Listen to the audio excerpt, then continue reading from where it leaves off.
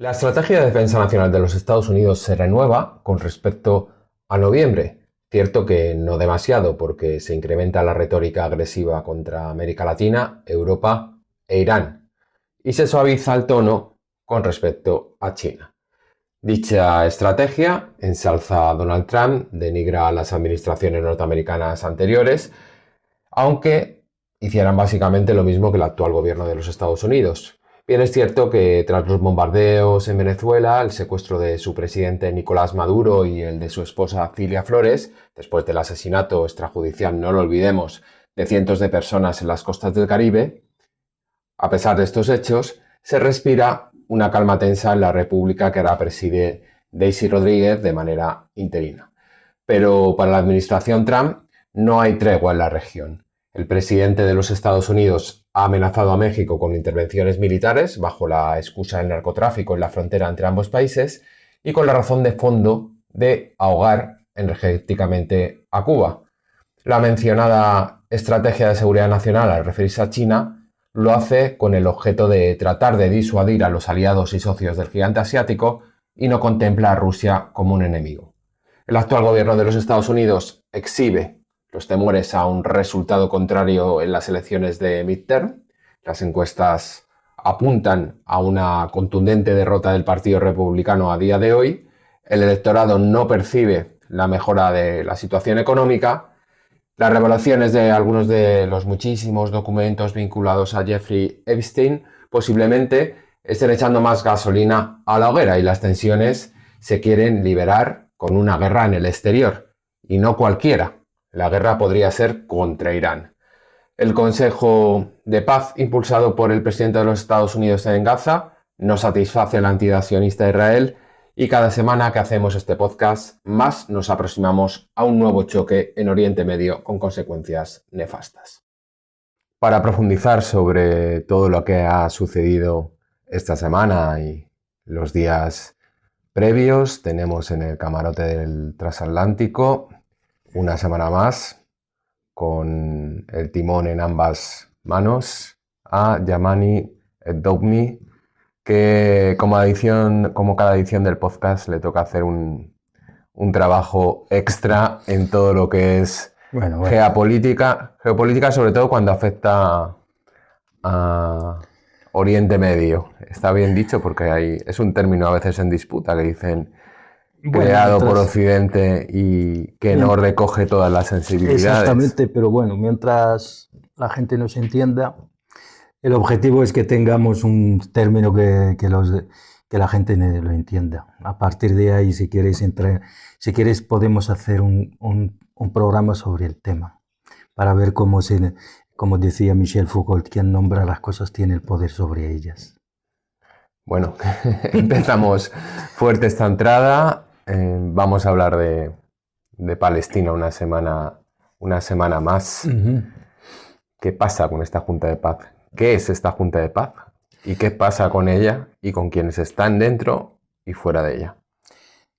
Bueno, yo diría más que una Junta de Paz es un club de colegas de Trump, básicamente. Se podría resumir perfectamente en eso, en un club donde Trump invita y desinvita a la gente que le cae bien o la gente que invita a alguien, de repente pasa una semana, le descarta porque le ha hecho algo feo.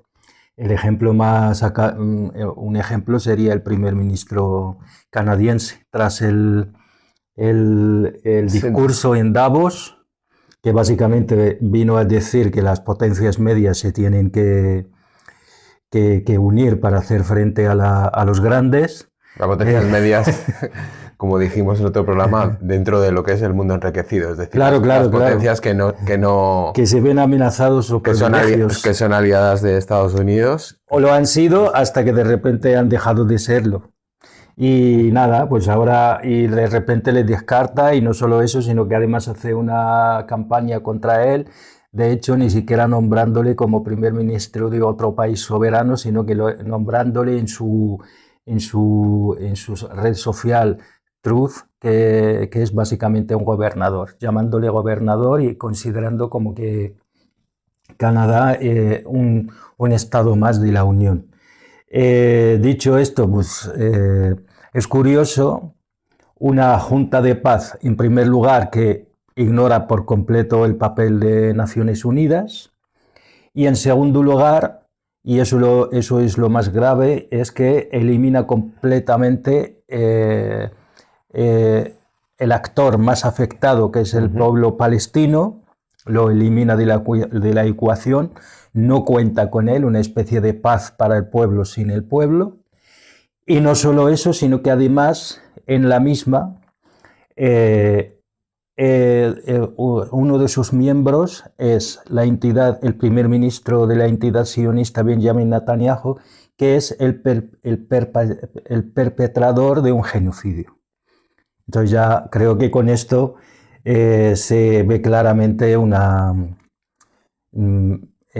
es una junta, pues sí, es una junta de colegas, pero de ahí a llamarle junta de paz, creo que le viene muy grande eso de paz. Y además hasta los aliados históricos de Estados Unidos se han dado cuenta que eso es una cosa que no va a ninguna parte, tipo, pues por ejemplo, los estados, la Unión Europea. Solo Bulgaria y Hungría, Estados Unidos. Han dicho hasta aquí hemos llegado, y otros han declinado básicamente su participación. Sí, llaman y dicen hasta aquí hemos llegado. Pero, bueno, entiéndame cuando digo... Pero, ligándolo con la ONU ha impugnado esto o no lo ha impugnado. Lo ha impugnado sobre la forma, lo ha impugnado en el fondo absolutamente no, pero en las formas sí, se ha llegado a eso, porque es una entidad que sustituye a Naciones Unidas. Bueno, la ONU está completamente desacreditada, absolutamente desacreditada, porque la ONU es el máximo defensor del derecho internacional, el máximo, o sea, el mayor exponente del derecho internacional y sobre todo de los derechos humanos a nivel internacional, a nivel mundial. Si nos fijamos, ni siquiera ha sido capaz de tomar una decisión clara sobre el genocidio en Gaza más allá de la retórica. Ni siquiera ha declarado, aunque su relatora, Francesca Albanese, ha hecho sendas, informes y lo que sea para dejar claro lo que está sucediendo en Gaza, Naciones Unidas no ha ido más allá, entre otras cosas porque... Una señora que, por cierto, tiene dificultades para entrar a Estados Unidos, donde está la sede de la ONU, y tiene sus cuentas intervenidas en su propio país, en Italia. Claro. Eso es Naciones Unidas. Ni siquiera es capaz de defender sus propios trabajadores y trabajadoras, ni siquiera ha podido consensuar ni siquiera ha podido consensuar una posición para llevarla al Consejo de Seguridad, y aunque sea luego en el Consejo de Seguridad, eso sabemos que uno de los mayores problemas de Naciones Unidas es el propio Consejo de Seguridad, porque si tú regalas el veto a 5 potencias, nunca va a salir nada. Con intereses diferenciados, pues en cualquier momento, en cualquier cosa, cualquier acontecimiento, uno de los 5 te va a vetar lo que sea. Entonces nunca llegan a ningún sitio. La ONU, que ahora de repente considere que Trump está amenazando su existencia, pues bueno, haber hecho algo útil durante todo este tiempo que desde el 7 de octubre hasta ahora han muerto decenas de miles de personas en Palestina, y más la de ONU... 60.000 que se sepan, que se sepan, y Israel, la entidad sionista, sigue matando diariamente. Más de 500 desde el plan de... Sí, o creo que ayer mismo, antes de ayer, 30 o por ahí. O sea, y 100 de ellos menores de edad. Sí, todos los días, básicamente, Israel sigue practicando, sigue en la misma lógica. Para Israel el tema de acuerdo, no acuerdo, no importa, porque parece ser que es a la única potencia a la que se le permite matar sin ningún rubor, sin nada, sin ninguna consecuencia, y la ONU ahora se va a poner, yo qué sé, pues que se ponga como quiera, igual que la Unión Europea, que se pongan como quieran ponerse. Al fin y al cabo, todos están esperando, mejor dicho, están desesperados esperando el fin de la era Trump. Pues claramente esto no es la solución que se espera de una organización como la ONU, ni de una potencia regional como la Unión Europea, si es que sigue siendo la potencia regional. Esta organización que se hace llamar Consejo de Paz de Gaza, con miembro destacado que es Tony Blair, que ha llevado un país a la ruina total. Para que puede ser perpetuo, sí, depositas una cantidad de dinero considerable.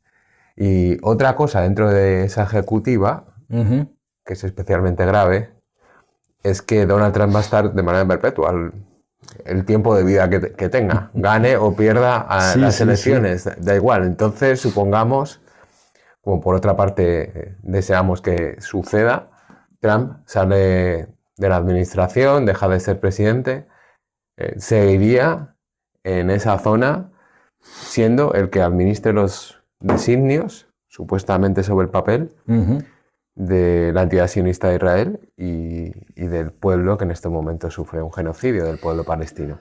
Bueno, Trump, nada más llegar a la Casa Blanca, hizo una cosa muy interesante, además con la ayuda de la IA. Todos nos acordamos de aquel cartel que sacó con Gaza, tipo una especie de Dubái o Abu Dhabi. Bueno, has visto también el último que ha sacado con Michelle Obama. No. Y Obama poniéndoles como monos en la selva. En fin.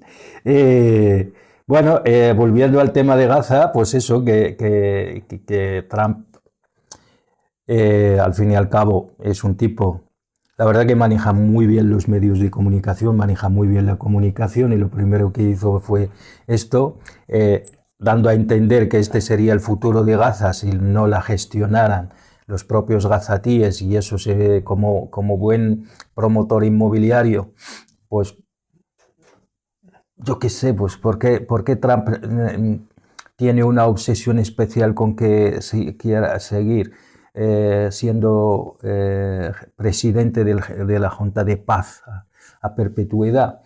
Alguien mal pensado podría pensar que así, bueno, es que Gaza es una oportunidad. Sí, el 55% está destruido por la entidad sionista de Israel, y en manos ya esa parte sería gestionada por la entidad sionista. Yo he escuchado incluso el 80% de Gaza está destruida completamente y se necesitan 60.000 millones de dólares para reconstruirla. Pues la parte que le toque a la entidad sionista de Israel ya la está vendiendo. Sí, bueno, pues eso, ahí lo tienes. Cualquier empresario sin escrúpulos es una oportunidad. Claramente es una oportunidad maravillosa para hacerse de oro ahí. Pero antes tienen que vaciar la zona de su gente. Y todo lo que la gente que conoce el pueblo palestino, o que hemos tratado de alguna manera con el pueblo palestino aquí en Europa, que tú y yo conocemos gente de palestinos, sabemos que esto es absolutamente imposible. Vaciar Gaza de los gazatíes, eso sí que no va a pasar. Si no se han ido con las bombas cayéndoles encima, y con un bloqueo criminal, sí, que les estaba matando de hambre. Con bloqueo, con hambre, con bombas, con todo tipo de forma de eliminar a un pueblo colectivamente. Si no se han ido en ese momento, ¿por qué van a ir ahora? ¿Acaso lo de ahora es peor que lo que han tenido durante estos últimos 2 años y medio, 3 años? No creo. Entonces, la capacidad de la resistencia del pueblo palestino se va a ver mermada ahora porque Trump ha llegado a la zona para hacerse rico, para hacer más promociones inmobiliarias y convertir aquello en una especie de Singapur, una especie, yo que sé, de Benidorm. No, no lo van a hacer. Eso es una falacia. Y vamos, pues claramente el pueblo palestino va a seguir ahí. La única forma que existe, Israel lo sabe, es vaciar todo aquello, destruir todo aquello, y ese fue el objetivo, destruir Gaza, con la esperanza de que la desesperanza del pueblo gazatí lo lleve a irse fuera para así en un futuro poder volver, sabiendo, pero los palestinos han aprendido la lección. Desde 1949-48 con la Nakba, saben si sales no vuelves. No existe el derecho al retorno. No existe. Para la entidad sionista, si sales, no vuelves. Y los palestinos lo saben. Y lo saben perfectamente. Entonces lo que no van a hacer es salir. Entonces, reconstruir Gaza, convertirla en una especie de resort sin el pueblo gazatí, eso no va a pasar. Que lo tengamos claro desde ya, por lo tanto. ¿Crees que hay una diferencia entre la administración anterior y Trump en que Trump opere como una oportunidad de negocio, a diferencia de la administración Biden, por ejemplo? No. Yo en eso la verdad que soy tajante. Mirad, y voy parafraseando a un presidente estadounidense que no tiene nada que ver con Trump, que es Bill Clinton. Y sería... A lo mejor en aquellas fiestas con Jeffrey Epstein sí se juntaron, pero bueno. Puede ser, si se han juntado. Apoyaba al Partido Demócrata en aquellos años de Clinton. Claro. Sí. Parafraseándolo, aquello de es la economía, maldito estúpido, ahora sería eso. Parafraseando a este señor sería es el imperio, malditos estúpidos. O sea que eso es el imperio. O sea, si el mundo y la ONU fuesen realmente una organización que merezca la pena, lo primero que hay que hacer es llevar a Estados Unidos a un bloqueo global total, porque de verdad, y de esto estoy absolutamente convencido, el mayor peligro para la estabilidad mundial son dos. Por un lado, Estados Unidos como imperio global y la entidad sionista como potencia regional. Es decir, Estados Unidos es un peligro para todo el globo, mientras que Israel es un peligro para la región y sus vecinos. Y lo estamos viendo. Israel lo que quiere es recuperar aquel sueño de Gran Israel, que básicamente para que se realice... Seguir con su proyecto sionista. Claro. Desde que se creó. Es que para que se realice eso, necesariamente tiene que haber una desestabilización brutal. Yo hoy preparando el programa he llegado a un término que yo llamo la sirianización de Siria, la siriacización de la región, o sea, convertir toda la región en una especie de Siria, todo destrozado, un gobierno débil, con un tipo declarado terrorista hace apenas un año estaba buscado y la propia Estados Unidos... Es un demócrata de toda Claro, la propia Estados Unidos ofrecía, el actual presidente de Siria, hace apenas un año o por ahí, Estados Unidos ofrecía 10 millones por su cabeza porque era acusado de terrorismo. Ahora, no hace mucho, estaba jugando al baloncesto con los militares estadounidenses en una base militar. Un buen muchacho. Un buen muchacho, ahí está. No quería decir la frase que se decía antiguamente. Ya sabemos, es un HP, pero no es nuestro HP. Dicho esto, lo que quiere Israel es desestabilizar toda la región para convertirse sola en la única potencia regional, dándose aires de una democracia liberal que no lo es, que nunca lo ha sido, porque democracia liberal necesitas absorber tranquilamente, con calma, toda la población que tienes dentro. No tener un régimen que es una apartheid. Efectivamente. Los africanos de Sudáfrica también que se creían demócratas, pero eran demócratas consigo mismas, o sea, con las mismas personas blancas que defienden las mismas ideas racistas y de apartheid. El Estado judío, creo que desde el año 2018, sacó una ley, perdón, el Estado judío no, el Estado sionista de Israel, sacó una ley en la cual Israel solo es Estado solo de judíos. Por lo tanto, Israel querría eso. Y Estados Unidos la estamos viendo. Lo estamos viendo en todo el globo. Quiere una América Latina sumisa, absolutamente sumisa a su voluntad. En la introducción has hablado de lo que pasó y todo el mundo sabemos lo que ha pasado en Venezuela. Estamos hablando de un señor que firma una cosa y dice secuéstrame a ese presidente. Tenemos a muchos presidentes de la región que han sufrido el lawfare con el beneplácito de Estados Unidos y seguramente con la intervención de la CIA, al menos asesorando. Al menos, que es mucho, al menos. Luego, te voy a dar un dato. Comparemos Brasil de Lula, independientemente de que tampoco Lula es un izquierdista de estos. Lula, al fin y al cabo, es lo que es.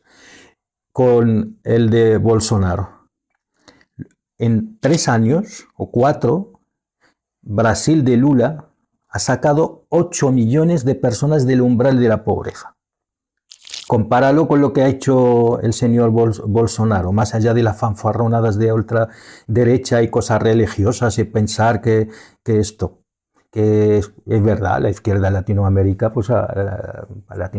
pues ha cometido errores, pero una cosa es cometer errores y otra cosa es someterse voluntariamente y convertirte en el perro faldero del imperio. Y esto no lo ha hecho Trump, ¿eh? De hecho, curiosamente, ahora vamos a volver otra vez vamos, por eso somos el transatlántico. Sí, vamos a pero siguiendo con lo que estabas desarrollando de América Latina, es curioso el caso de Colombia, cómo los grupos de derecha que optan a la presidencia en las elecciones que se van a celebrar este año y también a la Cámara de Representantes y al Senado, pedían una intervención militar que se llevara a Petro como se llevaron a Maduro, a Gustavo Petro. Y esta semana, pues con el encuentro que ha tenido Gustavo Petro con Donald Trump, pues se han quedado ya vacíos de contenido, pese a que ese encuentro no haya ido acompañado de compromisos reales entre ambos gobiernos. Bueno, ahí está, pues lo que quiere es una derecha sumisa. Es curioso lo de la derecha, es de verdad que es curiosísimo. Algún día tenemos también que hablar de eso. Eduardo Galeano lo contaba muy bien en Las Venas Abiertas de América Latina. Pero yo no sé. Son criollos con una mentalidad entreguista con tal de tener todos los privilegios. Pero no solo a nivel de América Latina, es muy interesante la derecha, pero en todo el globo, en todo el globo, ahí donde gobierna la derecha, es completamente capaz de vender una idea del nacionalismo, la nación, la patria y tal, pero luego son los primeros en entregarla. Es curioso, y lo vemos aquí en este país. El señor Abascal estuvo de perro faldero en el día de la toma no el día de la toma, sino después en un meeting, no sé, en un estadio, creo, estuvo ahí. De hecho, me acuerdo, Trump no pronunció bien su nombre, de hecho no lo conoce, pero seguramente no sabía ni qué era, o no se acordaba. Sí, si lo pusieron ahí, pues lo leyó y lo leyó mal. Yo creo que tiene dificultades de saber dónde está España, Trump, yo no tengo duda en eso. Bueno, yo creo que ya aprendió. Considero que Trump ya aprendió bastante. El tipo, comparemos el Trump. Es que eso también creo que es una cosa muy interesante de la que hay que hablar. Estamos hablando de un presidente que creó un movimiento a su alrededor, MAGA. MAGA no existiría sin él. De hecho, bueno, seguramente es la idea de algún asesor, o sobre todo de, ¿cómo se llama este señor que fue? Steve Bannon. Steve Bannon, efectivamente. Yo considero, sobre todo de alguien, si no es de Steve Bannon, alguien como Steve Bannon, pero tú siempre hablas de una cosa, ojo con los políticos que consideramos tontos, que al fin y al cabo son los que dan la cara, son capaces de poner ahí el careto y son los que leen los discursos, son los que... Trump fue quien recibió la bala, no cualquiera, y todos nos acordamos de aquella aparatosa cosa de aquí en la oreja y todo el mundo... Aquel puño al cielo. Sí, para luchar. Claro que sí, o sea, entonces decir que Trump es un fanfarrón, que generalmente es la frase con que es un medio un fanfarrón, que bueno, y todo el mundo está desesperadamente esperando que su era acabe, que no. Recordemos que fue Biden quien vetó las negociaciones entre Rusia y Ucrania, que estaban a punto de lograr el acuerdo, y fue Biden quien dijo a Zelensky: salte de ahí, que yo no quiero la paz. Y recordemos que fue Biden, durante el gobierno, la administración Biden, cuando el sabotaje al Nord Stream 2. Recordemos que fue durante Biden la mayor parte del genocidio en Gaza se cometió durante la época Biden. O sea, ojo con eso. Y la represión que es el imperio contra los estudiantes, y no solo estudiantes, claro, judíos que no eran sionistas, protestando contra el genocidio. Recordemos que Kamala Harris, cuando estaba candidata, ha sido incapaz de hablar del genocidio en Gaza. Y se estaba cometiendo siendo ella vicepresidenta de Estados Unidos. Ha sido absolutamente incapaz de decir una sola palabra que molestase, aunque sea un poquitín, a Benjamin Netanyahu. Y probablemente perdió. Y cuando le estaba metiendo en serios problemas. Claro. También. Sí, y probablemente perdió las elecciones por eso. Porque para nosotros ya lo conocemos, para eso, pues mejor el original. Si vamos a ser fanfarrones y vamos a vendernos completamente al lobby pro-sionista, pues mejor el original, que lo sabía hacer mucho mejor. Entonces, volviendo a la pregunta, no hay ninguna diferencia, salvo en las formas, entre los demócratas y los republicanos.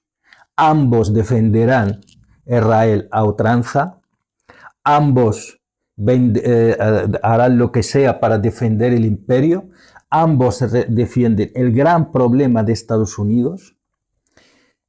A mi juicio, no es Trump, sino el imperio, y el imperio en manos de los lobbies. Los grandes lobbies de Estados Unidos, yo creo que son dos. El lobby sionista pro-Israel, que ya conocemos todos y tiene un poder inmenso, cuyos nexos y tentáculos nunca acabaremos de conocer. Jamás. Y el otro lobby, que ahora se ve mucho y se ve enormemente en su capacidad, nunca lo hemos pensado, al menos yo nunca le he dado tanta importancia, pero ahora sí considero que es un lobby absolutamente determinante en Estados Unidos, y lo vemos con Marco Rubio, es el lobby cubano, que a mi juicio no afecta, o sea, cuando digo el lobby cubano no significa que son cubanos que únicamente tienen una fijación con Cuba, sino con toda América Latina, especialmente con aquellos países que gobernados por la izquierda, o lo que puede ser o parece ser de izquierdas. Entonces, para mí no hay ninguna diferencia, el problema está en el imperio está sometido a los lobbies. Los dos grandes que determinan la geopolítica y la política exterior de Estados Unidos son estos dos que acabo de mencionar, y luego hay otros que influyen en la política interna, pues por ejemplo todo eso de la asociación del rifle, etcétera, etcétera, pero que estos manejan mucho más la política interna dentro de Estados Unidos que hacia afuera.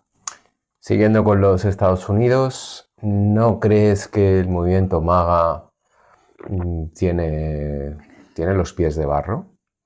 Tiene una gran capacidad de movilización, como ha demostrado, de tomar, por lo menos en las elecciones, al Partido Republicano, asaltarlo, si se puede llamar así, crear una idea, proyectar una propuesta que puede ser percibida de futuro, ¿no?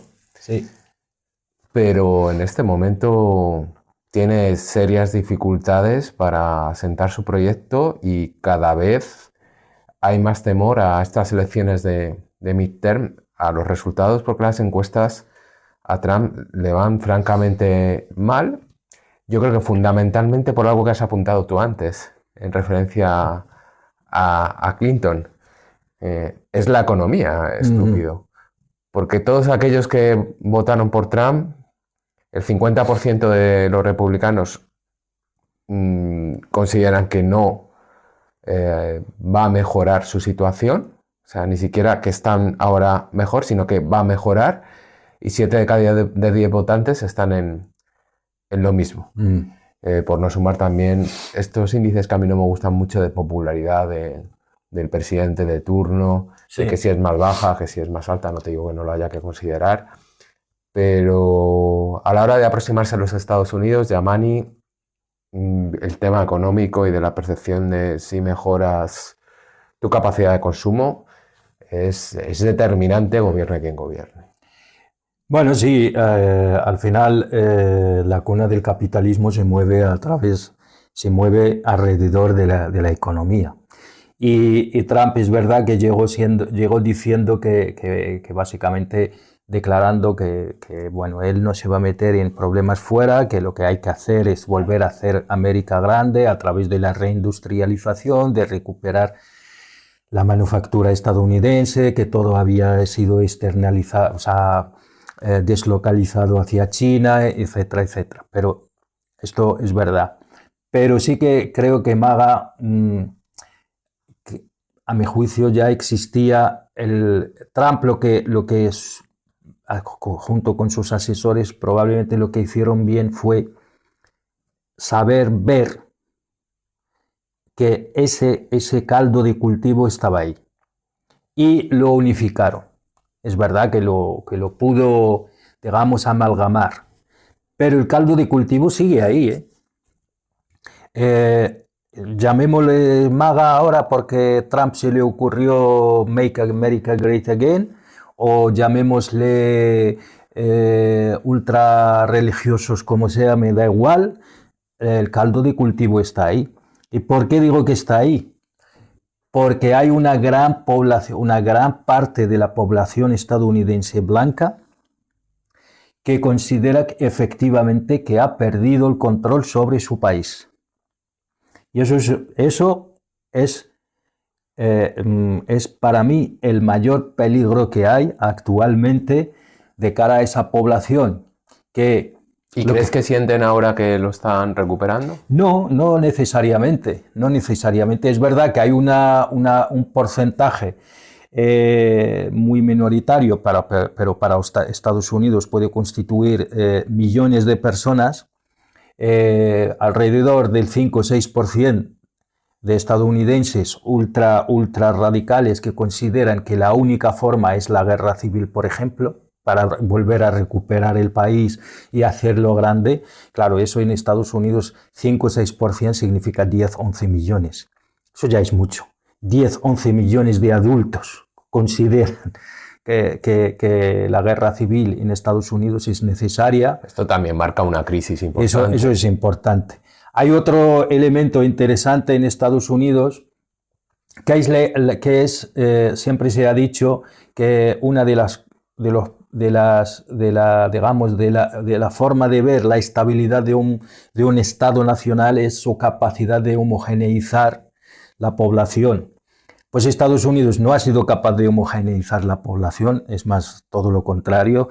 Vemos a día de hoy que hay una enorme divergencia entre latinos, negros, blancos. Blancos consideran que han perdido completamente el control sobre su país. Los afroamericanos negros consideran que nunca han sido ciudadanos y que todo es una falacia. Por lo tanto, seguramente tendrán mucho que decir en el futuro. Y los estadounidenses de origen, sobre todo de origen latinoamericano, que ya creo que ya han superado la población, que ya no son ninguna minoría, porque han superado, creo que son 40 y pico millones, ya han superado, si no me equivoco, ya a los afroamericanos. Consideran que, bueno, que esto es su país, pero que nunca ha llegado a aceptarles como ciudadanía, como ciudadanos de pleno derecho. Entonces, de hecho, gente que ha nacido ahí y que nunca ha llegado a considerar... No, ellos se consideran como tal, pero el otro nunca los ha considerado como tal. Entonces, como no eres capaz de homogeneizar, pues lo lógico hubiese sido intentar absorber toda esa diversidad y dentro de un país de convivencia. Convivir. Pero el problema es el capitalismo. El capitalismo no está hecho para que la gente conviva en paz y armonía. El capitalismo, especialmente en Estados Unidos, y ya lo vemos aquí también, está hecho para que la gente compita, para la empresarialización del cuerpo, para que seas promotor de algo y sobre todo eso del sueño americano, ¿no? Y la idea de el esfuerzo tiene que mostrarse en resultados independientemente del proceso. Entonces, bueno, pues este es el problema de Estados Unidos. Además, lo que hace, la otra vez estuvimos hablando aquí de la anocracia, ¿no? Sí. Que viene a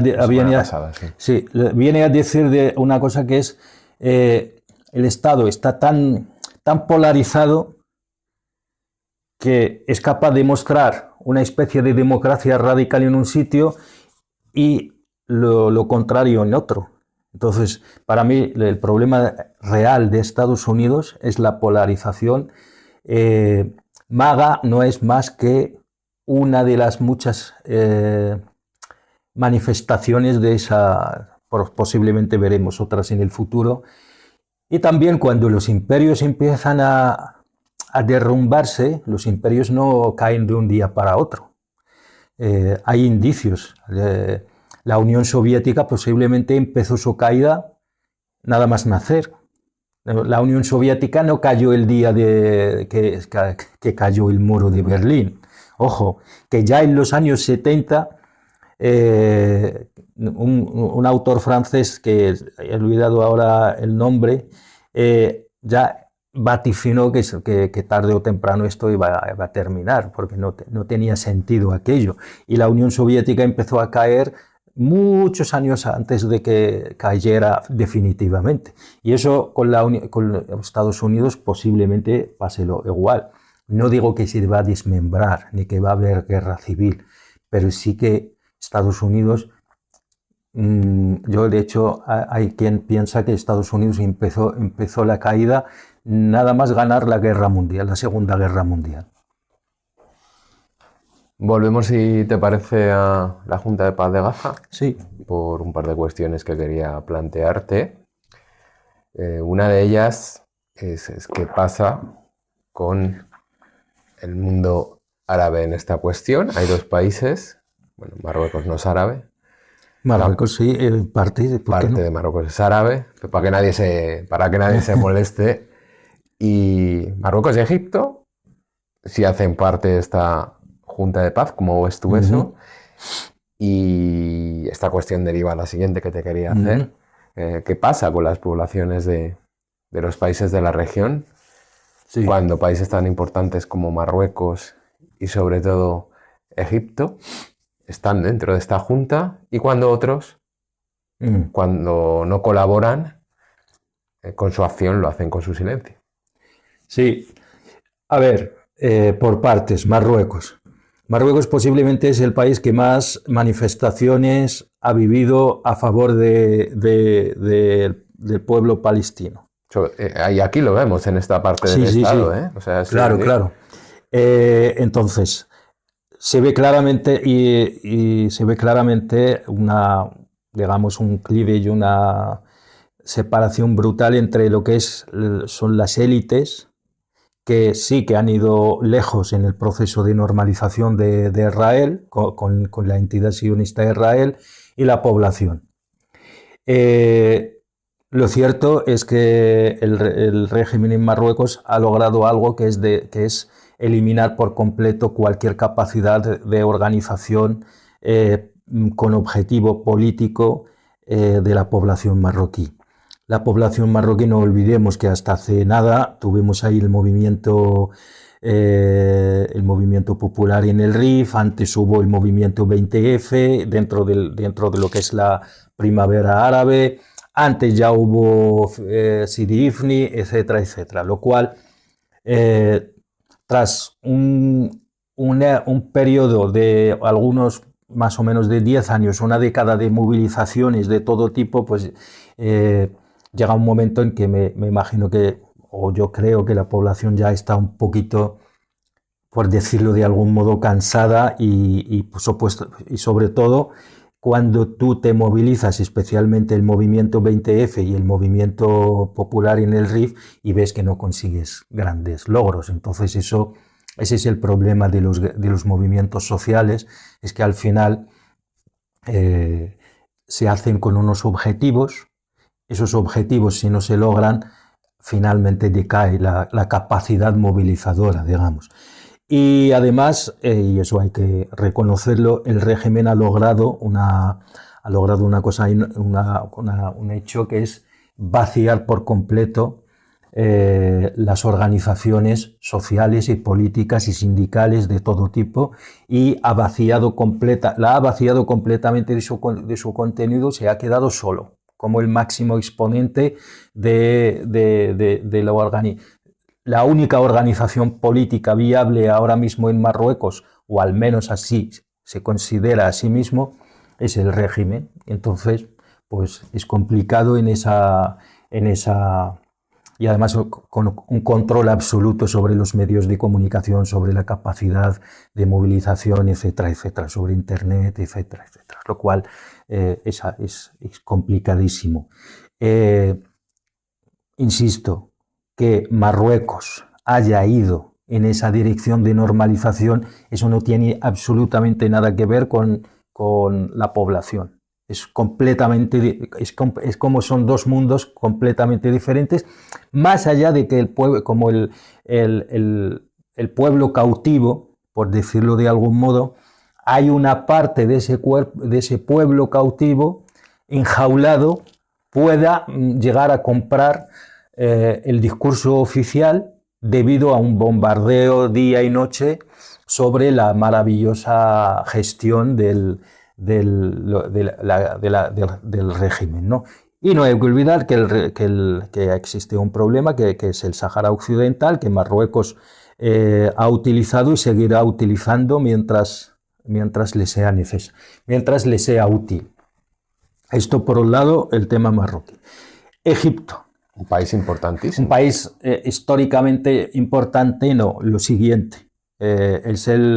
Fue el eje fundador, el eje fundamental del panarabismo, ahí está Jamal Abdel Nasser, etcétera, etcétera. Aunque luego fue traicionado ya después de la época del periodo de Jamal Abdel Nasser, fue traicionado por su lugarteniente, que era Anwar Sadat, y fue el primero en normalizar las relaciones con la entidad sionista, los acuerdos de Camp David, etc. El problema que tenemos actualmente, un presidente en Egipto, que es Sisi, que es débil, no, lo siguiente, y es absolutamente dependiente de las ayudas económicas de Estados Unidos. El ejército el ejército egipcio, que tiene una gran legitimidad, eso es verdad, porque no hay que olvidar que el ejército egipcio se enfrentó varias veces al ejército sionista, y la élite egipcia, tanto militar como política, o civil, por decirlo de algún modo, está más preocupada tiene mucho más temor a su propia población que a otra cosa. Entonces está absolutamente día y noche, por decirlo de algún modo, en alerta por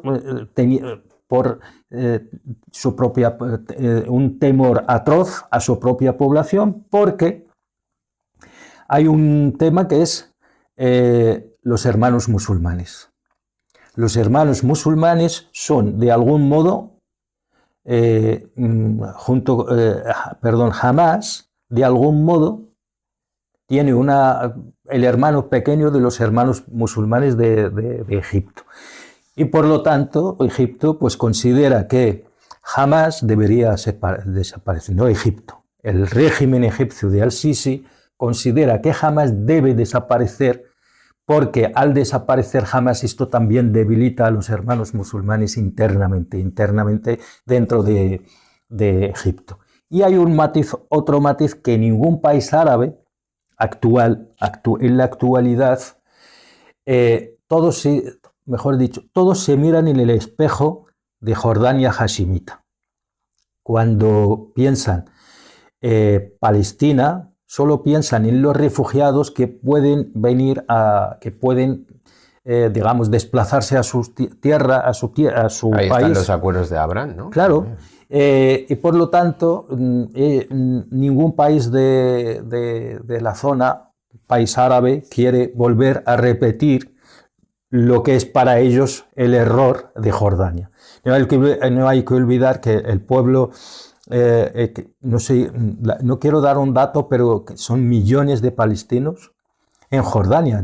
Yo creo que son más de la mitad de la población jordana es palestina, sin ningún derecho. De hecho, salvo creo que tienen un diputado o dos de representación en el Parlamento jordano, no tienen ningún derecho más allá de y son una población muy, muy dinámica.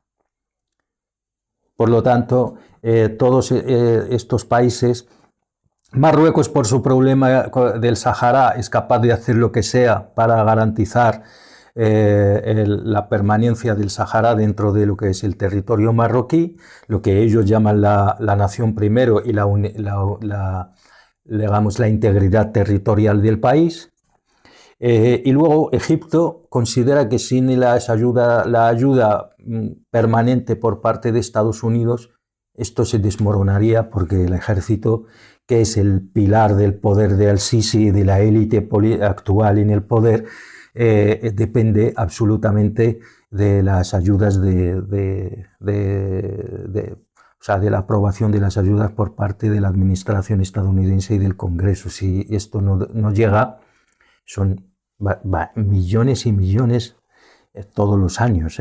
Parece que incluso yo me atrevo a decir que hay una partida presupuestaria de Estados Unidos que va directamente, sin todos los años, es fija, que puede aumentar un poco, puede disminuir, depende de las relaciones, de las relaciones bilaterales en ese momento, pero siempre hay una cantidad, más o menos la misma, que todo el mundo sabe que esta va al ejército egipcio y que es incuestionable y que sin ella el ejército egipcio se vendrá abajo y por lo tanto la élite en el poder. Y de ahí la connivencia más absoluta tanto de Marruecos como de ambos regímenes, de Egipto también, con la entidad sionista y a veces con silencios, a veces con actos simbólicos a favor de Palestina, pero sin ningún sentido, ninguna dimensión más allá de eso, de lo simbólico. Ya para cerrar definitivamente este punto, Yamani, ¿qué recorrido le ves tú a esta Junta de Paz? ¿Crees que va a tener un recorrido corto, medio, largo? ¿O estamos en un proceso de una confusión total, que eso va a ir ligado a una crisis más profunda en Naciones Unidas? ¿Cómo lo ves? Pues yo creo que no va a tener, creo que va a seguir existiendo, pero va a seguir existiendo como un cascarón vacío. ¿Y sabes quién lo va a hacer? ¿Quién le va a hacer que siga siendo un cascarón vacío? La propia población de Palestina. porque la única forma la única manera para que funcione la Junta de Paz es que los palestinos acepten sin rechistar lo que esa Junta les va a decir, que al fin y al cabo quiere decir que Estados Unidos, ¿vale? Estados Unidos va a decir a la Junta: necesito que me vaciéis la zona, necesito que jamás se desarme, y eso no va a pasar. Eso no va a pasar, por lo tanto, van a seguir ahí. Finalmente volveremos al statu quo, que es antes del genocidio, que es Israel seguirá matando libremente, quizás ya de una manera un poquito más escondidas, sí, pero seguirá, como lo está haciendo estos días, a pesar del plan de paz y todo eso, la Junta y todo eso. Israel sigue matando, y los palestinos, esto lo quiero dejar claro, esto incluso en el derecho internacional existe. Podemos estar de acuerdo o no con la ideología de Hamás, pero todo pueblo, absolutamente todo pueblo, tiene derecho, todo pueblo ocupado tiene derecho a defenderse y a luchar para su independencia, y es lo que está haciendo el pueblo palestino.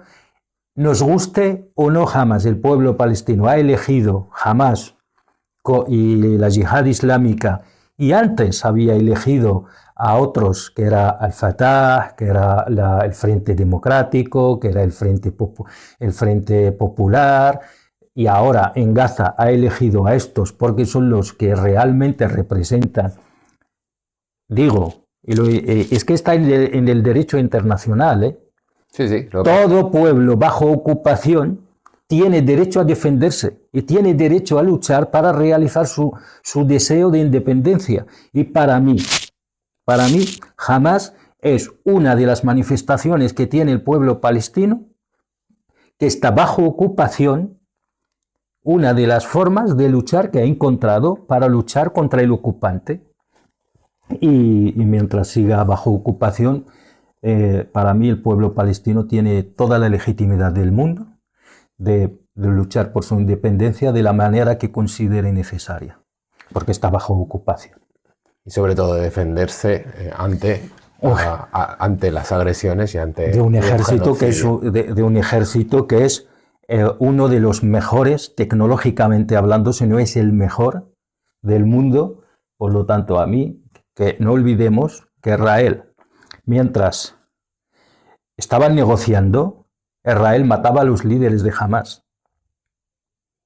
No lo olvidemos. Sí, en otros estados. ¿Quién mató al líder de Hamás en Teherán? La entidad sionista de Israel. ¿Quién mató al sustituto? Creo que se llamaba Senwar. Además, además publicaron el vídeo, lo mataron con un dron. ¿Quién mató al líder de Hezbollah? Hezbollah, Nasrallah, sí. Mohammed Y al Nasrallah. sucesor también. A su sucesor. Todos estos pueblos están bajo ocupación, están bajo amenaza y tienen el derecho. Y además les ampara el derecho internacional de defenderse. Ya está. El que quiera, el que le guste, que le guste, el que no le guste, pues que se aguante. Es así, vamos a decir las cosas claras. Recibimos todo tipo de sugerencias y, bueno, por supuesto, valoraciones. Que se dé cabezazos, incluso, me da igual. Sobre este tema. Bueno, Yamani, ¿te parece que pasemos a Irán? Sí. Parece que cada semana que pasa la guerra está más próxima. Parece que se ha retardado un poco por ciertas tensiones dentro del gobierno de Trump, pero no vamos a engañar a la audiencia. El proyecto de guerra contra Irán sigue, ¿no? Hay dos vertientes, la entidad sionista de Israel y su proyecto colonial que has mencionado anteriormente, del Gran Israel. Y yo creo que hay otro elemento de los Estados Unidos y sus problemas internos, sobre todo para meterse en un nuevo conflicto que, cuidado, porque esta guerra Esta guerra puede ser la madre de todas las guerras de este siglo, ¿no? Pues al menos de lo que va del siglo. Esperando a que futuras puede haber peores. Pero de momento parece ser que va a ser efectivamente la madre de las guerras. Y parece que todo el mundo está empeñado en darme la razón. ¿Te acuerdas aquella vez que dije? Mira que eso es difícil, generalmente, pero, sí. pero los estás poniendo de acuerdo. Para nuestra desgracia, ¿eh? Sí, para la tuya también. Sí. No, yo no quiero la guerra. Lo que pasa es que todo el mundo está empeñado en darme por una vez que pueda tener yo algo de razón, pues mira, una guerra, nada más. Poquita cosa.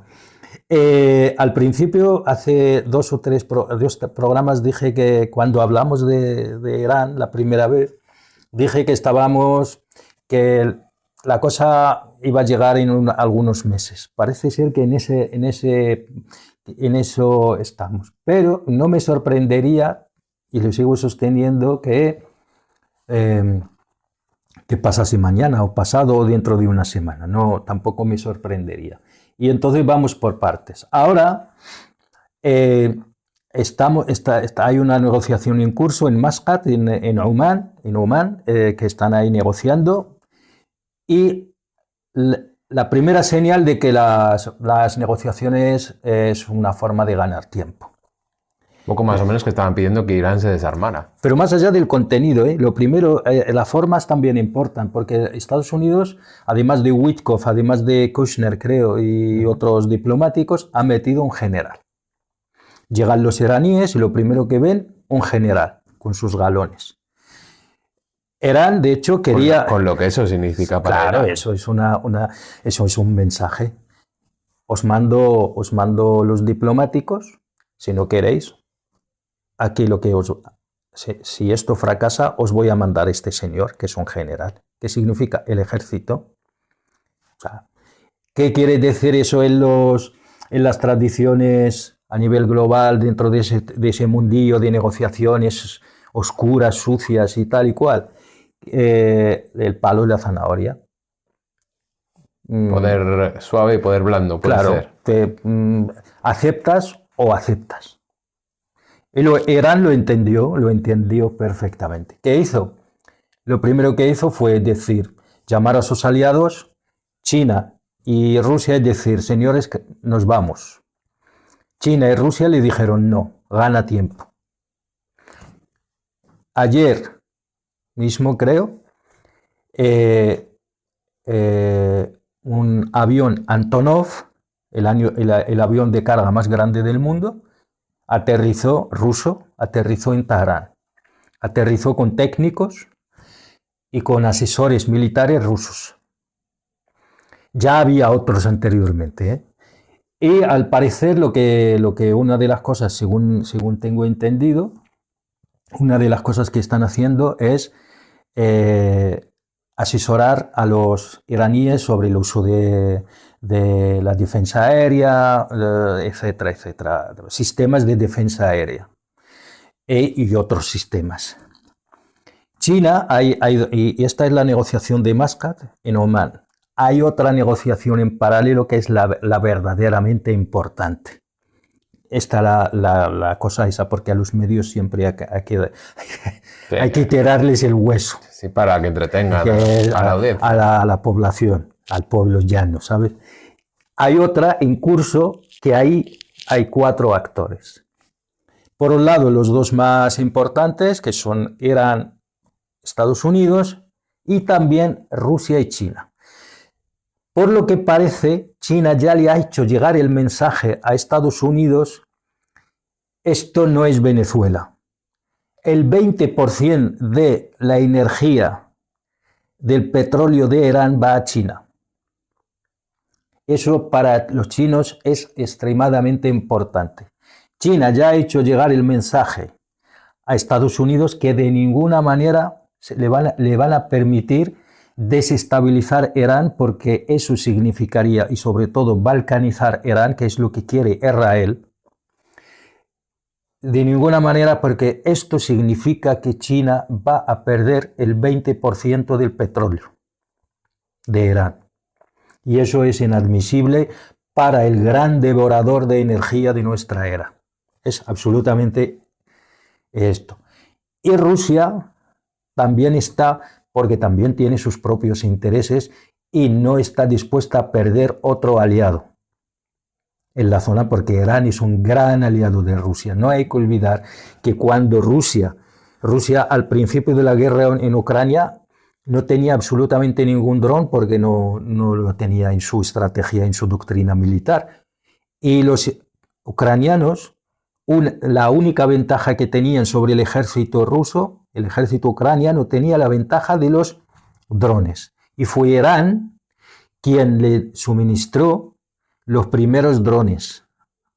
Y no solo eso, sino que le permitió incluso copiar la tecnología. Entonces Rusia, después del batacazo de Rusia en Siria, no va a permitir otro batacazo en Irán, y Irán no es Siria, porque Siria no hacía más que darle problemas a Rusia, y mientras que Irán le da soluciones. Venezuela. Eso es. Entonces esto para que penetren en su régimen. Entonces eso es. Esto es no hay que... Y antes de que sigas desarrollando, Yamani, Arabia Saudí, Emiratos Árabes Unidos... A eso voy. Pues a eso voy. Me he adelantado. Sí, continúa. A eso voy. Esto por un lado, porque China y Rusia han ayudado ya anteriormente, cuando lo de los supuestos... la revuelta popular, los estallidos. Esto porque la CIA y el Mossad, la CIA y el M16 pensaban que aquello ya estaba hecho y que el régimen se iba a venir abajo, y no se vino abajo porque el régimen, además de ser muy sólido, tiene aliados muy potentes que son China y Rusia. Luego está el tema de los países árabes. Los países Irán ha hecho llegar el mensaje claro y nítido: si me atacan, yo voy a atacar los intereses de Estados Unidos en toda la región. En el momento en que pero es que además no voy a esperar a que me ataquen. En el momento en que yo tenga la seguridad de que voy a ser atacada, voy a considerar cualquier interés de Estados Unidos en la región un objetivo legítimo, y cualquier país que apoye ese interés va a ser enemigo susceptible de ser atacado. Los países árabes habrán comprado mucha tecnología militar estadounidense, pero nada. Frente a Irán no son nada. O sea, tendrán aviones, pues no hay que olvidar que hay países del Golfo donde, por ejemplo, Qatar, por ejemplo, Omán, donde se están llevando a cabo las negociaciones, por ejemplo, Emiratos Árabes, que son... que hay países en la región... Y eso perjudicaría también a Rusia, claro. Sí, hay países en la región, como Qatar, que básicamente es la Comunidad de Madrid. O sea, lo aniquilas con 2 misiles.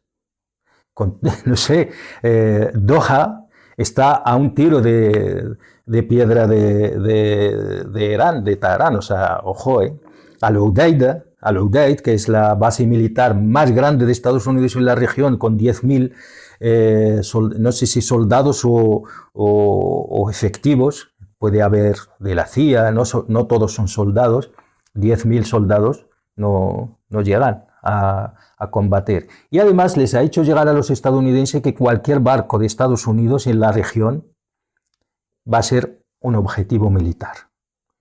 Y eso a los países árabes les puso los pelos de punta y dijeron, que primero hay que ir a negociar como sea. Y por lo que tengo yo entendido, aquí se ha juntado, por decirlo de algún modo, el hambre con ganas de comer. Primero, Estados Unidos no tenía todos los efectivos necesarios para llevar una guerra abierta con Irán. Una cosa es lanzar el B-2 Spirit con una bomba antibúnker y decir, bueno, ya he cumplido, y otra cosa entrar en una guerra frontal con un país que ha demostrado que tiene misiles, que tienen una puntería excelente, que tiene Israel a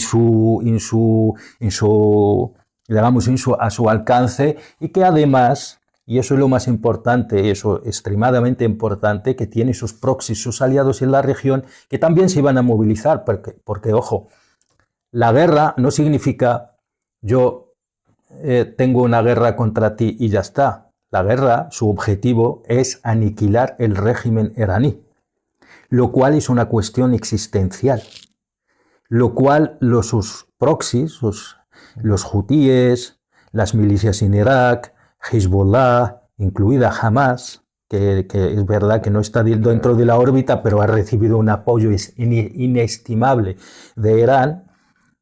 Todos estos lo van a considerar una guerra existencial ellos también, porque si desaparece Irán, desaparece Hezbollah, desaparecen los hutíes, desaparecen las milicias, se debilita toda la estructura chií en Irak, lo cual todo aquello se va a movilizar de ahí. En la mesa de negociación, cosa que todo indica que Irán no va a aceptar de ninguna manera, es no solo el programa nuclear, que es lo único que acepta negociar Irán, porque creo que Irán ya ha aceptado y ha asumido la idea de que su programa nuclear, de momento, por lo menos, no va a ser, no lo van a dejar, no le van a dejar, por lo tanto, ni siquiera sus propios aliados tienen esa intención, por lo tanto, a eso ya ha renunciado. Lo puede intentar mientras pueda, pero si le dicen que no, ya tiene asumido el tema. Pero hombre, le están diciendo que tiene que reorganizar o aniquilar todo su programa de misiles balísticos, etc. Eso no lo va a aceptar Irán. Eso le deja a merced de Israel. Y efectivamente es lo que quiere Israel, y Irán no va a aceptar ser una fuerza, nada, que en el momento en que Irán desmonte su programa de misiles, se acabó el régimen, se acabó, porque Israel lo aniquila en un día. Y si Irán aguantó durante 12 días contra Israel, es gracias a los misiles. Entonces, y además le dicen, tienes que dejar de apoyar a tus aliados en la región, que son Hezbollah, las milicias en Irak, los hutíes. ¿Pero qué dices? Pero esos son mi primer escudo. Si son los que, cuando yo estaba bajo bombardeo de Israel y mis misiles, que tú me dices me quieres quitar, ¿quién me estaba ejerciendo de parapeto? Era Hezbollah, que también hacía un trabajo excelente en el frente, porque hacía el ejercicio ese de saturación. Nos acordamos todos los días veíamos a los misiles de Hezbollah atacando Tel Aviv para saturar las defensas israelíes, mientras que Irán atacaba con misiles mucho más grandes y mucho más potentes. Entonces, hombre, si me dices nada de Hezbollah, nada de los hutíes, nada de las milicias en Irak, y encima nada de misiles, bueno, pues entonces me vas a matar. ¿Y por qué el empeño de Estados Unidos en esta guerra? Pues yo la única explicación que le veo, sinceramente... Porque descartamos, es poco probable que venga acompañado de una invasión militar estadounidense. No creo, porque, bueno, es que el problema de Irán es que es un país muy grande. La única explicación de por qué Estados Unidos está tan involucrada no tiene ningún sentido. Estados Unidos no tiene ningún interés, porque además Irán ya, si la única preocupación es las armas nucleares, Irán ya tenía un acuerdo del cual el propio Trump en su primer mandato salió, y es que la única explicación es el lobby sionista. Esto no favorece a Estados Unidos. Esto de ninguna manera favorece a Estados Unidos. Eso a la única potencia regional a la que favorece es a Israel. Es que Israel lo que quiere es quedarse como la única potencia militar capaz de someter a sus vecinos en la región. Y ojo, no estamos prestando nada de atención a lo que está haciendo Turquía. El 95% de la población turca son aférrimos enemigos de Israel. ¿Vale? ¿Qué sucede?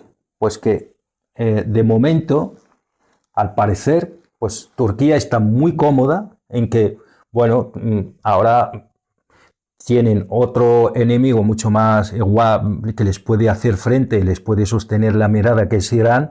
Bien, pues que se peleen ahí y tal. Pero ojo, objetivamente, si nosotros aplicamos la lógica geopolítica, a Turquía no le interesa que Irán caiga, porque en el momento en que Irán se venga abajo y aquello se convierta, imagínate, en otro Siria, o en otro Irak, o lo que sea, una desestabilización, una balcanización o lo que sea. Un país inmenso. Eso es, y además étnicamente no es unificado, no es... es que en Irán hay muchas etnias, muchos grupos sociales, etc. Y muchas armas. Claro. ¿Quién se queda como única potencia en la región con una mayoría musulmana? Turquía. ¿Y tú crees que Israel va a permitir que haya otra fuerza militar que le pueda hacer sombra o que le pueda mirar a la cara? Pues no. Encima con la que está básicamente compartiendo frontera, casi compartiendo frontera. Es que Israel, y por eso vuelvo antes y digo, Israel es el mayor desestabilizador de la región, porque a Israel no le interesa de ninguna manera que haya otra fuerza militar en la región que le pueda hacer competencia. Porque su proyecto sionista es el gran Israel y someter con la bota militar a todo lo que hay allí. Y los turcos serán miembros de la OTAN, pero ya vemos en lo que se ha convertido la OTAN. Será aliada de gente de países que son aliados de países como Alemania, y todos estos son aliados efectivamente, militarmente, pero históricamente Turquía nunca se ha sentido cómoda, ni la han dejado sentirse cómoda en el bloque occidental, jamás. Sí, está en la OTAN por una cuestión estratégica, no está en la OTAN porque se confíe en ella. Si confiaran en Turquía, Turquía lleva décadas pidiendo formar parte de la Unión Europea. Jamás la dejaron. Un caso parecido a Rusia. Claro. Sí, la Unión Europea, que por cierto no hemos hablado de la Unión Europea en temas que son existenciales. Sí, sí. Si la Unión Europea hubiera querido que Rusia perteneciera a esta superestructura, lo hubiera conseguido lo mismo que Turquía. Menudo error estratégico más garrafal. Imagínate ahora Rusia con su poderío militar, con sus riquezas naturales, formando parte de la Unión Europea. Es que de verdad, es que a Rusia la han empujado, pero a empujones, a codazos, a puñetazos a los brazos del dragón chino.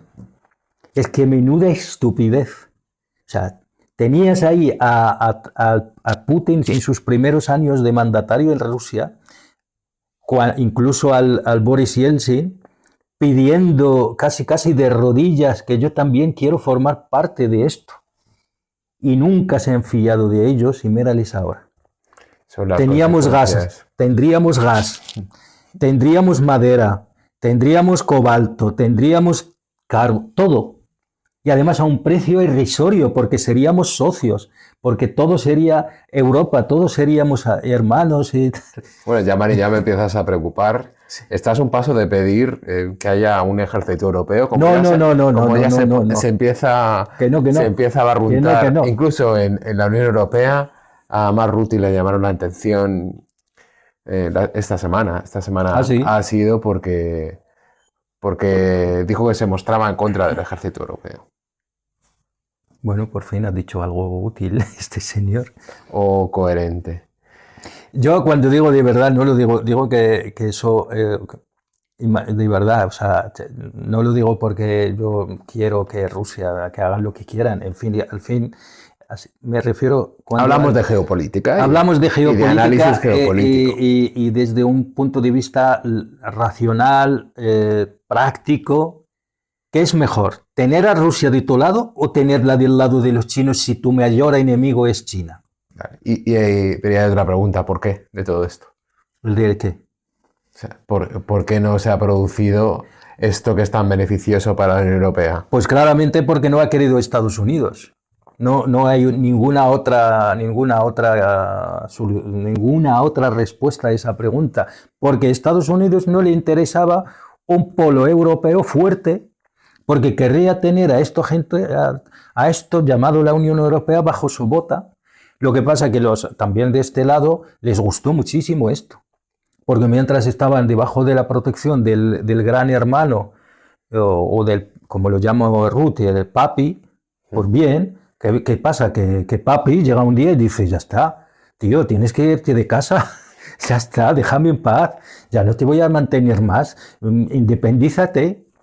Pero independízate, pero lo primero que tienes que hacer, cómprame a mí, que para eso te he creado, que esto es una creación estadounidense, que no vayamos lejos, que esto de la Unión Europea sin el beneplácito de Estados Unidos no existiría, nunca hubiese existido, que esto es el resultado lógico, el hijo legítimo y no legítimo del Plan Marshall. Sin ello no existe Monet, el otro no me acuerdo su nombre, y los padres fundadores, nada. ¿Qué tontería es esa? Esto llegó de Estados Unidos y dijo, vosotros cada 2 por 3 os vais a dar de hostias, yo os estoy básicamente reflotando económicamente después de mataros durante 5 años y os estoy salvando, tenéis ahí al oso soviético que está al acecho, yo no voy a estar, yo tengo una lucha mucho más importante que esto, que es el socialismo ahí al lado, que el Moscú que ahí está, el gran oso. Entonces yo no voy a estar aquí siempre con vosotros intentando apaciguar esto. Me creáis algo aquí definitivo o os lo impongo yo. Y antes de presentar el proyecto de la Unión Europea con Monet y con el otro, joder, siempre se me olvida el nombre, Estados Unidos lo tuvo que estudiar y decir, bueno, esto tiene buena pinta. Ahora, ¿qué pasa? Que Estados Unidos nunca hubiese querido la Unión Europea, y eso es verdad. Al menos una parte de Estados Unidos jamás han querido la Unión Europea. Lo que les gustaba mucho es la Comunidad Europea, no la Unión Europea. Esto luego, pues los políticos europeos se vinieron un poquito arriba y posiblemente el enfado de Estados Unidos ahora de a ver qué hacéis vosotros solos viene a raíz de esto. ¿Te parece que aparquemos el apartado internacional en esta parte final y barramos un poquito para casa? Se anunció y celebramos una futura regularización aquí en el Estado español. Ya veremos cómo sale aquel Real Decreto. Sí. Y se ha vuelto otra vez a mencionar, no hay que olvidar la fuerza de la extrema derecha en todo el continente, la teoría del reemplazo. Curiosamente, bueno, una parte de la izquierda ha tratado de resignificar, bueno, de izquierda se puede llamar izquierda, este concepto dándole la vuelta, yo creo que de manera grave y equivocada, pero antes de meternos con eso, a nuestra audiencia, ¿qué les podemos decir para aquellas personas que no lo sepan sobre la teoría del reemplazo? ¿Qué es la teoría del reemplazo? Bueno, la teoría del reemplazo, mucha gente piensa que es nueva, no es nada nueva, ojo.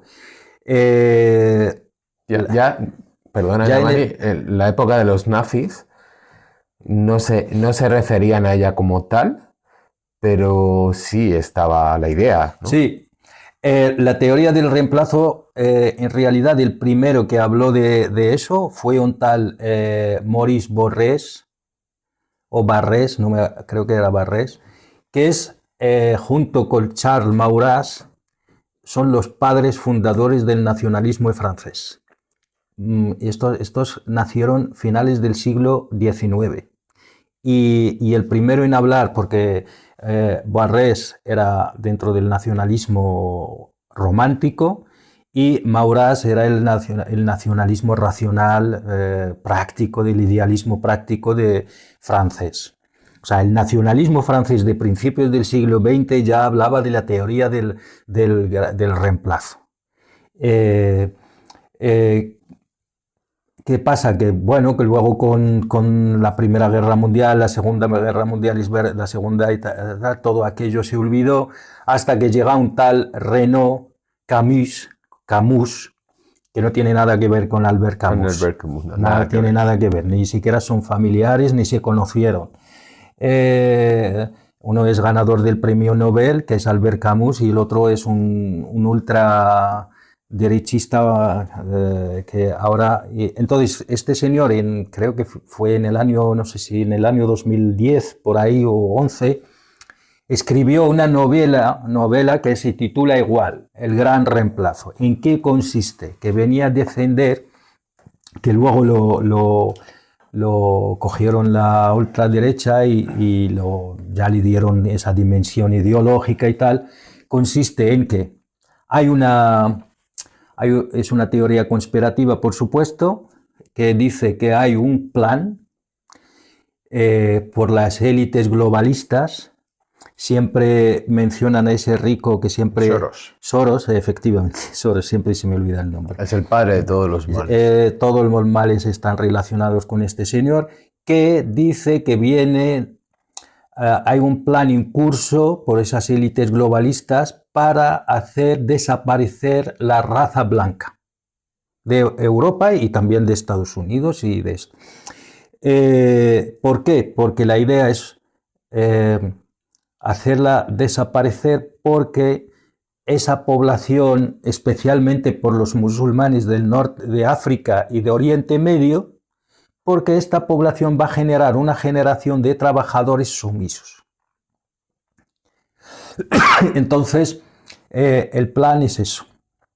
Y también está, de algún modo, por la derecha, está, para demostrarlo, dicen, mira, que la población inmigrante que viene tiene más hijos que la población autóctona. Entonces surge un indigenismo europeo como si fuera inocente, y que dentro de poco pues toda la población europea... Y que además son musulmanes, ¿no? Efectivamente, se va a convertir, toda Europa se va a hacer musulmana, sumisa, y que finalmente desaparecerá la población blanca europea, y que esto se va a convertir en la umma islámica.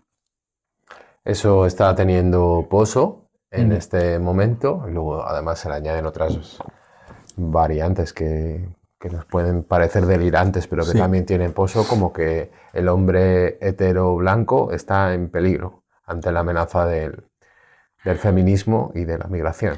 Bueno, sí, luego claro, eso efectivamente, pues luego a la teoría del reemplazo afecta principalmente a la población inmigrante que nos vienen a sustituir.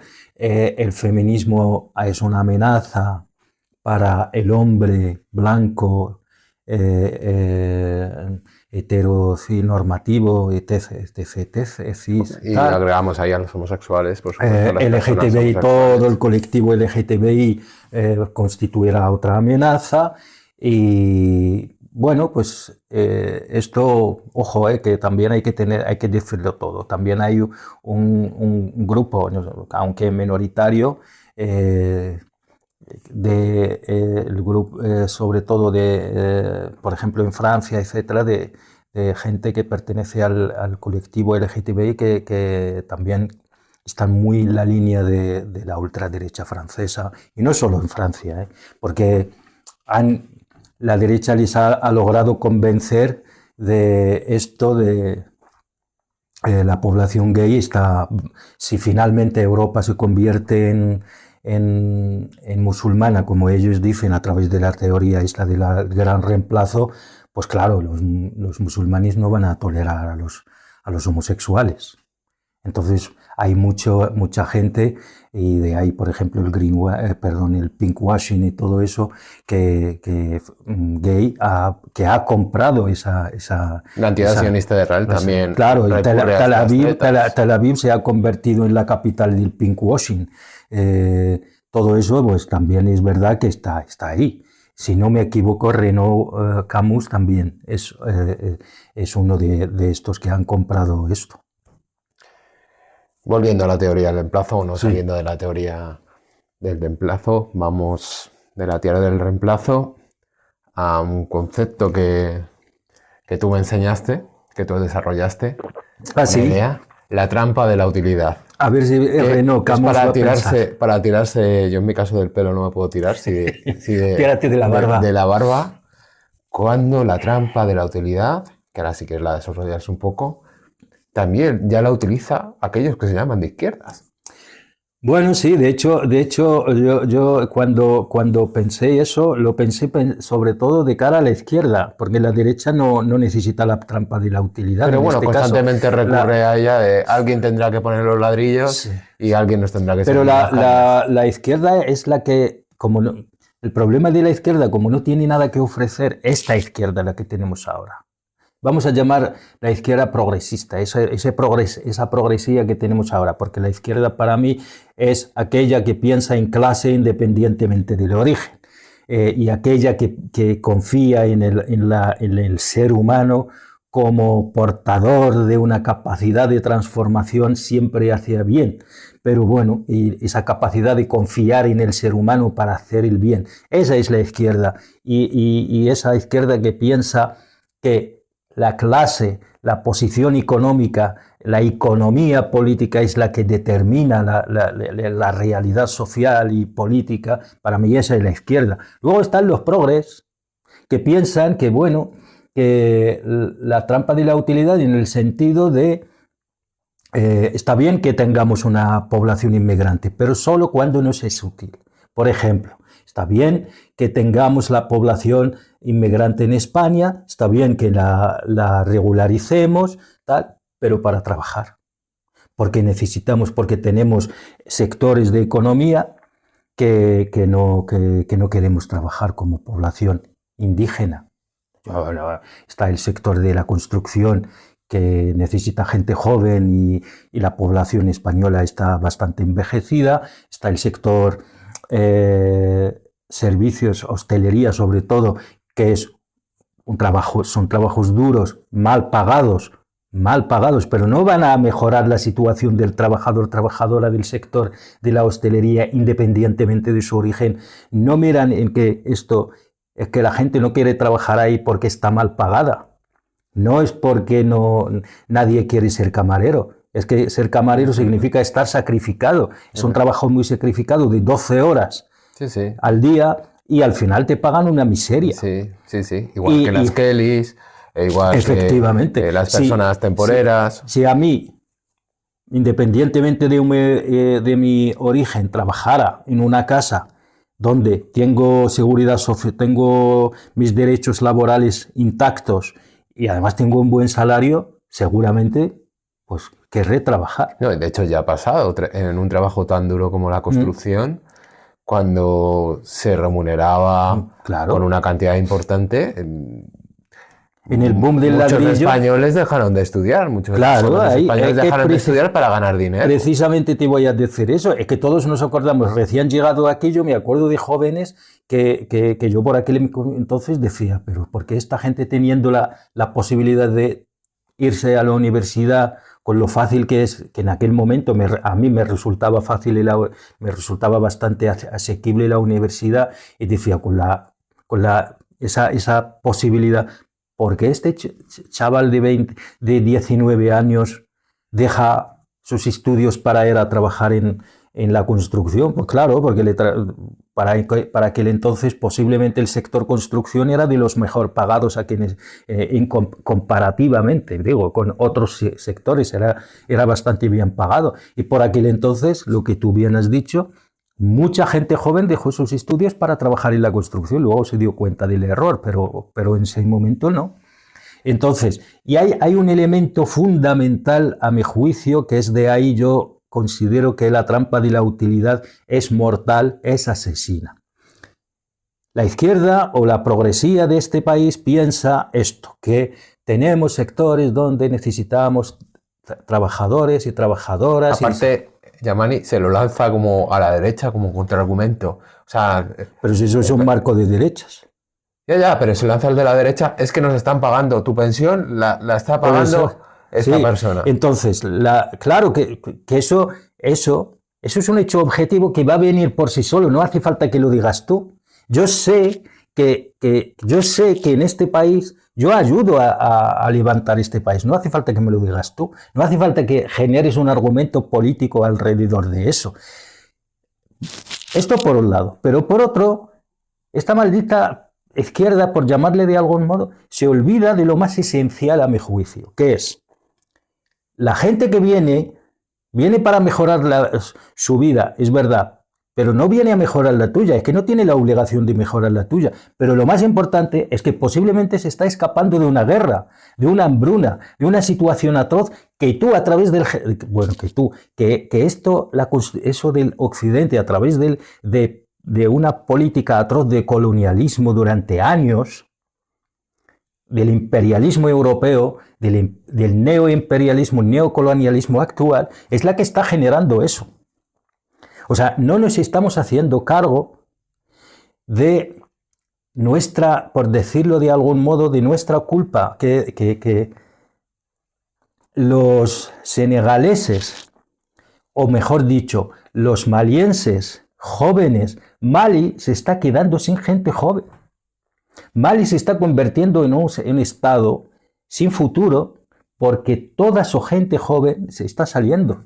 Y no nos estamos haciendo cargo de esto, nos estamos haciendo cargo del final del proceso, que es, encima si lo lanzamos a la derecha, es que te van a pagar tus pensiones. No, perdóname, es que esta gente no ha salido con esa intención, ha salido porque una noche, estando en su casa, en su aldea o en su ciudad, ha escuchado o sabe que ha llegado la noticia de que en el pueblo de al lado están decapitando a gente, están matando a gente.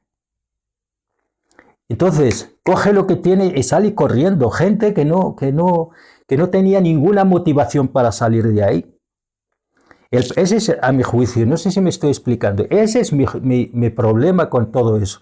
Es que no nos estamos haciendo cargo de la verdadera tragedia allá. Solo nos estamos fijando aquí y luego generamos un hecho noticiable muy bueno, vale, perfecto, es verdad que yo lo puedo decir ahora, yo no tengo ese problema, es verdad. Una persona que para salir tiene que siempre salir vigilante, que te regularicen durante un año y te den esa oportunidad de un año, pero que todo eso sigue dependiendo de una cosa administrativa que si no sabes renovar la residencia o no cotizas lo suficiente, a lo mejor el año que viene no te van a renovar, que habrá que esperar a ver el decreto cómo sale y sobre todo el reglamento cómo sale, porque no se trata solo de cómo regularizo yo a 500.000 personas, sino si estas 500.000 personas tenemos que volver al año siguiente a ver cuánta gente ha podido conservar la residencia. Porque si realmente lo necesitáramos tanto y somos tan buenos y somos tan generosos y somos tan de izquierdas, ¿por qué no les damos de 5 años de entrada? Si tú no dices, idiota, que los necesitas, ¿solo los vas a necesitar durante un año? La gente dentro de un año va a tener que hacer cola otra vez para renovar y para esto. Pues vale, hazles de una residencia de 5 años. Y así, por lo menos, solucionas realmente el problema porque dentro de 5 años. Porque ¿qué pasa? Que seguramente para renovar el año siguiente te obligarán a cotizar X tiempo. 5, 6, 7 o lo que sea meses. Estamos en el inicio, esperemos que se presione para que se den esos pasos y otros más profundos sobre la trampa de la utilidad que tú has patentado, ¿no? También es curioso qué pasa cuando esa utilidad desaparezca, ¿qué va a decir entonces la izquierda? Ese es el problema. Es decir, que se vayan a su país, tendría que decir, ¿no? Ese es el problema. Esto volvemos al problema del Gaterbait, de aquello de los trabajadores invitados. O sea, esto no es más que la política alemana tras la Segunda Guerra Mundial. O sea, Alemania necesitaba reconstruirse. ¿Qué hizo? Fue a Turquía y a otros países, trajo decenas de miles de trabajadores, pensando que, bueno, me reconstruyen el país. Tengo el plan Marshall que me inyecta el dinero, pero no tengo la mano de obra. Pues voy a Turquía, traigo de gente, construyen esto, reconstruyen, bueno, no solo a Turquía, a muchos países. Reconstruyen esto y luego se tienen que ir. ¿Qué pasa? Que luego no se fueron. Y luego los alemanes se quedaron cabreadísimos con los turcos. Pero cabreadísimos. Ese es el problema esa es la trampa de la utilidad. ¿Y qué hacemos luego cuando ya dentro de 20 años, cuando esta gente haya generado aquí una red, como dice aquello, no sé quién lo dijo, querían trabajadores, querían trabajadores y llegaron personas. Y las personas llegan con muchas cosas. Llegan con sus hijos, con sus hijas, se casan, generan red, compran casas, esto. Y cuando ya haya desaparecido esa utilidad que les hemos pegado, ¿qué hacemos con ellos? En este país, precisamente con gobiernos progresistas, de crear planes de retorno subvencionados, no han funcionado. Una invitación para que se devuelvan ha funcionado, ¿verdad? A sus países. Yo me acuerdo, fue en la época de Zapatero, no ha funcionado. Ha funcionado nada, me acuerdo perfectamente. Pero bueno, de por sí un gobierno progresista no puede plantear eso jamás.